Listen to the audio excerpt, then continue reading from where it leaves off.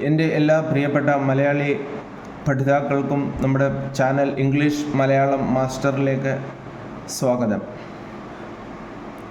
കഴിഞ്ഞ ക്ലാസ്സിൽ ഞാൻ നിങ്ങളെ പറഞ്ഞ് മനസ്സിലാക്കിയിരുന്നു ഇംഗ്ലീഷ് സംസാരിക്കുവാൻ അത്യാവശ്യമായി നമ്മൾ അറിഞ്ഞിരിക്കേണ്ട 3 കാര്യങ്ങൾ. 1 കർത്താവ്, 2 ക്രിയ, 3 കർമ്മം. ഇംഗ്ലീഷിൽ നമ്മൾ പറഞ്ഞാൽ സബ്ജക്റ്റ്, വെർബ് ആൻഡ് ഓബ്ജക്റ്റ്. ഒരു കാര്യം കൂടി ഞാൻ നിങ്ങളോട് പങ്കുവയ്ക്കാൻ ആഗ്രഹിക്കുന്നു. എൻ്റെ മലയാളം നിങ്ങൾക്ക് മനസ്സിലാവുന്നുണ്ട് എന്ന് വിശ്വസിക്കുന്നു. ഞാൻ പറയാൻ കാരണം, ഞാൻ വളരെ വർഷങ്ങളായി കേരളത്തിന് വെളിയിൽ താമസിക്കുന്ന ഒരു വ്യക്തിയാണ്. നിങ്ങൾക്ക് ചാനൽ ഇഷ്ടപ്പെട്ടുവെങ്കിൽ ലൈക്ക് ചെയ്യുക, കമൻറ്റ് ചെയ്യുക, ഷെയർ ചെയ്യുക, സബ്സ്ക്രൈബ് ചെയ്യുക. ഇന്ന് ഞാൻ നിങ്ങളെ പറയാൻ ആഗ്രഹിക്കുന്ന കാര്യം ടെൻസിനെ പറ്റിയാണ്. ടെൻസ് അറിയാമെങ്കിൽ മാത്രമേ നമ്മൾക്ക് ഇംഗ്ലീഷ് സംസാരിക്കുവാൻ പഠിക്കുവാൻ കഴിയുകയുള്ളൂ. ടെൻസ് അല്ലെങ്കിൽ കാലം എന്ന് പറഞ്ഞാൽ ഒരു പ്രവൃത്തി നടക്കുന്ന സമയം അല്ലെങ്കിൽ കാലം വ്യക്തമാക്കുന്ന ക്രിയയുടെ അല്ലെങ്കിൽ വെർബ് രൂപത്തെയാണ് ടെൻസ് എന്ന് വിളിക്കുന്നത്. ടെൻസ് സ്കൂളിൽ നമ്മൾ പഠിക്കുന്നതാണ് ടെൻസ് എന്ന് പറയുന്നത്. അത് നമ്മൾ പരീക്ഷയ്ക്ക് വേണ്ടി മാത്രം ഉപയോഗിക്കുന്നു എന്നാണ് എൻ്റെ പൂർണ്ണമായ വിശ്വാസം. ഇംഗ്ലീഷ് അറിഞ്ഞിരിക്കേണ്ടത് ഇന്നത്തെ കാലത്തിൻ്റെ അത്യാവശ്യമാണ്. നമ്മൾ കേരളത്തിൻ്റെ വെളിയിൽ ജോലിക്ക് വേണ്ടി ശ്രമിക്കുമ്പോൾ, ഇൻ്റർവ്യൂവിനും മറ്റും പങ്കെടുക്കുമ്പോൾ ഇംഗ്ലീഷ് അറിഞ്ഞിരിക്കുന്നതിൻ്റെ പ്രയോജനം നമുക്ക് ലഭിക്കുന്നതാണ്. ഇംഗ്ലീഷ് ഭാഷ സംസാരിക്കുവാൻ ടെൻസ് വളരെ അത്യാവശ്യമാണ്. നോക്കുക, ടെൻസിനെ അല്ലെങ്കിൽ കാലം പ്രധാനമായി 3ആയി തിരിച്ചിരിക്കുന്നു. കാലം 3ആയി തിരിച്ചിരിക്കുന്നു. എന്തൊക്കെയാണെന്ന് നമുക്ക് നോക്കാം. ഒന്നാമതായി പ്രസൻറ്റ് ടെൻസ്, അല്ലെങ്കിൽ ഇതിനെ നമ്മൾ മലയാളത്തിൽ വർത്തമാന കാലം എന്ന് പറയുന്നു. 2 പാസ്റ്റ് ടെൻസ്, ഇതിനെ നമ്മൾ ഭൂതകാലം എന്ന് പറയുന്നു. 3-ാമത്തേത് ഫ്യൂച്ചർ ടെൻസ്, ഇതിനെ നമ്മൾ ഭാവി കാലം എന്ന് വിളിക്കുന്നു. ഈ 3 കാലങ്ങളും ഓരോന്നും 4ആയിട്ട് തിരിച്ചിട്ടുണ്ട്. അങ്ങനെ മൊത്തമായി നമുക്ക് 12 ടെൻസുകൾ പഠിക്കേണ്ടത് വളരെ അത്യാവശ്യമാണ്. എങ്കിലും ഇംഗ്ലീഷ് സംസാരിക്കുവാൻ ഈ 12 ടെൻസുകൾ നമുക്ക് അറിയേണ്ടത് അത്യാവശ്യമല്ല. എങ്കിലും സ്കൂളിൽ പോകുന്നവർക്കോ അല്ലെങ്കിൽ ഇംഗ്ലീഷിൽ നല്ല പരിജ്ഞാനം ആഗ്രഹിക്കുന്നവർക്കും ഇത് അറിഞ്ഞിരിക്കേണ്ടത് വളരെ അത്യാവശ്യമാണ്. നമ്മൾ ഇതിനെപ്പറ്റി ഞാൻ കൂടുതലായി നിങ്ങൾക്ക് പറഞ്ഞു തരുന്നതായിരിക്കും. ടെൻസ്, ഇതിൻ്റെ കൂടെ മറ്റൊരു കാര്യം കൂടി നിങ്ങളിൽ നിന്ന് അറിയുവാൻ ആഗ്രഹിക്കുന്നു. കർസീവ് റൈറ്റിംഗ് നിങ്ങൾക്ക് അറിയാമെങ്കിൽ നല്ലത്. അറിയത്തില്ല എന്നുണ്ടെങ്കിൽ കമൻറ്റിലൂടെ എന്നെ അറിയിക്കുക. കർസീവ് റൈറ്റിംഗ് ഞാൻ പഠിപ്പിക്കുന്നതായിരിക്കും. ഇംഗ്ലീഷ് മീഡിയം സ്കൂളുകളിൽ പഠിക്കുന്ന കുട്ടികൾക്ക് കർസീവ് റൈറ്റിംഗ് അറിഞ്ഞിരിക്കേണ്ടത് വളരെ അത്യാവശ്യമുള്ള ഒരു കാര്യമാണ്.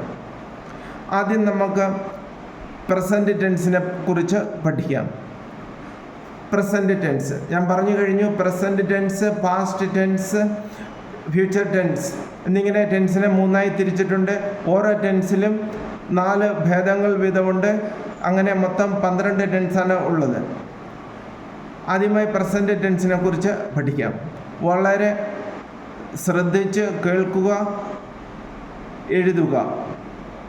ഒരു പ്രവൃത്തി നടക്കുന്ന സമയം അനുസരിച്ച് ഇത് എന്നുകൊണ്ട് ഞാൻ ഉദ്ദേശിക്കുന്നത് പ്രസൻറ്റ് ടെൻസിനെയാണ് 4ആയി തിരിച്ചിരിക്കുന്നു. ഓരോ ടെൻസും 4ആയിട്ട് തിരിച്ചിരിക്കുന്നു.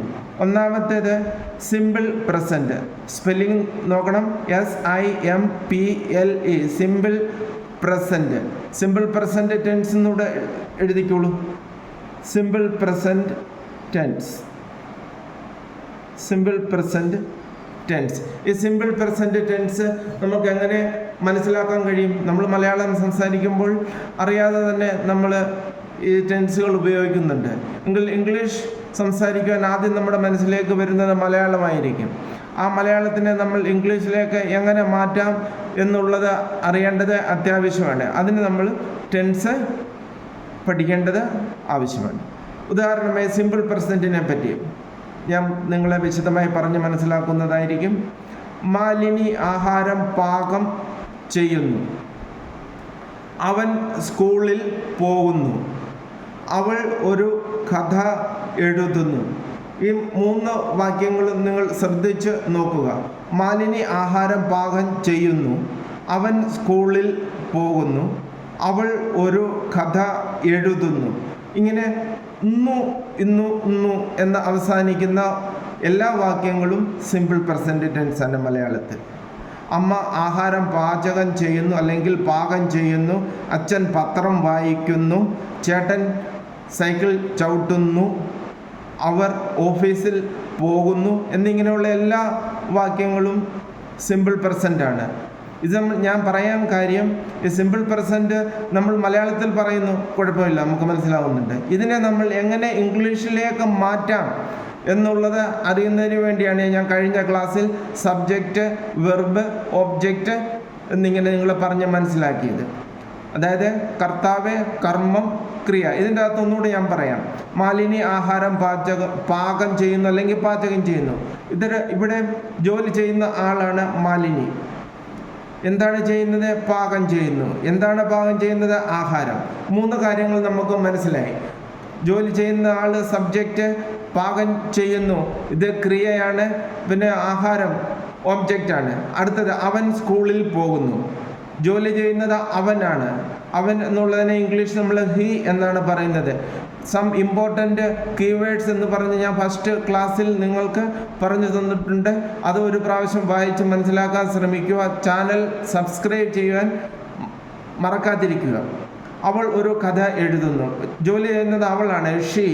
ഒരു കഥ എഴുതുന്നു. എന്ത് ജോലിയാണ് ചെയ്യുന്നത്? എഴുതുന്ന ജോലിയാണ് ചെയ്യുന്നത്. അവൾ സബ്ജക്റ്റ്, എഴുതുന്നു എന്നുള്ളത് ക്രിയ, ഒരു കഥ എന്നുള്ളത് ഒബ്ജക്റ്റ്. ഇവിടെ അവൻ കർത്താവ്, പോകുന്നു ക്രിയ, സ്കൂൾ എന്നുള്ളത് നമുക്ക് ഒബ്ജക്റ്റിൻ്റെ സ്ഥാനത്ത് എഴുതാം. നോക്കി, അടുത്ത സിമ്പിൾ പ്രസൻറ്റ് ഞാൻ പറഞ്ഞ് മനസ്സിലാക്കിയിട്ടുണ്ട്. അടുത്തതാണ് പ്രസൻറ്റ് കണ്ടിന്യൂസ് ടെൻസ്. സ്പെല്ലിങ് മറക്കാതെ നിങ്ങൾ നോക്കുക. Present continuous tense. ഇത് നമ്മൾ മുകളിൽ പറഞ്ഞ ഉദാഹരണം നമ്മൾ എങ്ങനെ പ്രസൻറ്റ് കണ്ടിന്യൂസ് ടെൻസിലേക്ക് മാറ്റുമ്പോൾ വരുന്ന വ്യത്യാസങ്ങൾ നിങ്ങൾ വളരെ ശ്രദ്ധിച്ച് കാണുക, മനസ്സിലാക്കുക, എഴുതി സൂക്ഷിക്കുക. നിങ്ങളും പഠിക്കുക, കുട്ടികളെയും പഠിക്കുവാൻ പ്രേരിപ്പിക്കുക. Present continuous. ഇത് നമ്മൾ പറഞ്ഞത് ഇന്നു അവസാനിക്കുന്നതെല്ലാം സിമ്പിൾ പ്രസൻ്റ് ആണ്. പിന്നെ നിങ്ങളുടെ കമൻറ്റിലൂടെ നിങ്ങൾക്ക് എന്തെങ്കിലും വ്യത്യാസമായിട്ട് തോന്നുന്നുണ്ടെങ്കിൽ എന്നെ അറിയിക്കുക. പ്രസൻറ്റ് കണ്ടിന്യൂസ് ടെൻസ് നോക്കുക. ആദ്യം നമ്മൾ പറഞ്ഞ മാലിനി ആഹാരം പാകം ചെയ്യുന്നു എന്നുള്ള വാക്യം പ്രസൻറ്റ് കണ്ടിന്യൂസിലേക്ക് മാറ്റിയപ്പോൾ എന്താണ് മാറ്റം വന്നിരിക്കുന്നത് നോക്കുക. മാലിനി ആഹാരം പാകം ചെയ്തുകൊണ്ടിരിക്കുന്നു. മാലിനി ആഹാരം പാകം ചെയ്തുകൊണ്ടിരിക്കുന്നു. പാകം ചെയ്തുകൊണ്ടിരിക്കുന്നു. അല്ലെങ്കിൽ മാലിനി ആഹാരം പാകം ചെയ്യുകയാണ്. രണ്ടാമത്തേത്, അവൻ സ്കൂളിലേക്ക് പോയിക്കൊണ്ടിരിക്കുന്നു. അല്ലെങ്കിൽ അവൻ സ്കൂളിലേക്ക് പോവുകയാണ്. മൂന്നാമത്തേത്, സിമ്പിൾ പ്രസൻറ്റിൽ അവൾ ഒരു കഥ എഴുതുന്നു എന്നാണ് നമ്മൾ പറഞ്ഞത്. ഇതിൽ നമ്മൾ പ്രസൻറ്റ് കണ്ടിന്യൂസിലേക്ക് മാറ്റുമ്പോൾ വരുന്ന മാറ്റം നിങ്ങൾ ശ്രദ്ധിക്കുക. അവൾ ഒരു കഥ എഴുതിക്കൊണ്ടിരിക്കുന്നു. അല്ലെങ്കിൽ അവൾ ഒരു കഥ എഴുതുകയാണ് എന്നിങ്ങനെ കൊണ്ടിരിക്കുന്നു അല്ലെങ്കിൽ ചെയ്യുകയാണ്, പോവുകയാണ്, എഴുതുകയാണ്, ഇങ്ങനെ ആണ് എന്നിങ്ങനെ വരുന്ന വാക്യങ്ങൾ എല്ലാം പ്രസൻറ്റ് കണ്ടിന്യൂസ് ആണ്. ഉദാഹരണമായി, എൻ്റെ അനിയൻ കളിച്ചുകൊണ്ടിരിക്കുന്നു. എൻ്റെ അനിയൻ പന്ത് കളിച്ചുകൊണ്ടിരിക്കുന്നു. എൻ്റെ അനിയൻ ഹോംവർക്ക് എഴുതുകയാണ്. അച്ഛൻ പത്രം വായിച്ചുകൊണ്ട് ഇരിക്കുകയാണ്. അച്ഛൻ പത്രം വായിച്ചുകൊണ്ട് ഇരിക്കുന്നു എന്നിങ്ങനെയുള്ള വാക്യങ്ങൾ നമ്മൾ മലയാളത്തിൽ ദിവസവും വീട്ടിലും ജോലിസ്ഥലത്തും നമ്മുടെ സുഹൃത്തുക്കളുമായി നമ്മൾ പങ്കുവയ്ക്കാറുണ്ട്. മലയാളം നമ്മൾക്ക് നല്ലതായി മനസ്സിലാവുന്നുണ്ട്. പക്ഷെങ്കിൽ എല്ലാവർക്കും അത് ഇംഗ്ലീഷിലേക്ക് മാറ്റുവാൻ എളുപ്പമല്ല. അങ്ങനെ ഇംഗ്ലീഷിലേക്ക് മാറ്റി ഇംഗ്ലീഷ് സംസാരിക്കുവാനും അത്യാവശ്യം ഗ്രാമർ പഠിക്കുവാനും നമ്മുടെ ചാനൽ ഇംഗ്ലീഷ് മലയാളം മാസ്റ്റർ ഇന്ന് തന്നെ സബ്സ്ക്രൈബ് ചെയ്യുക, ഷെയർ ചെയ്യുക, കമൻറ്റ് ചെയ്യുക, ലൈക്ക് ചെയ്യുക. നിങ്ങൾക്ക് ഇംഗ്ലീഷ് അറിയാമെങ്കിൽ ഹിന്ദി സംസാരിക്കുവാനും എൻ്റെ മറ്റൊരു ചാനലുണ്ട്, English master the advent classes എന്നാണ് അതിൻ്റെ പേര്. പുതിയ ചാനലാണ്, രണ്ടും പുതിയതാണ്. നിങ്ങൾ കാണുകയാണെങ്കിൽ നിങ്ങൾക്ക് ഇംഗ്ലീഷ് അറിയാമെങ്കിൽ ഹിന്ദി സംസാരിക്കുവാനും പഠിക്കുവാൻ സാധിക്കും. അല്ലെങ്കിൽ നിങ്ങൾക്ക് മലയാളത്തിൽ നിന്ന് ഹിന്ദി പഠിക്കുവാൻ ആഗ്രഹമുണ്ടെങ്കിൽ കമൻറ്റിലൂടെ എന്നെ അറിയിക്കുക. Thanks for watching.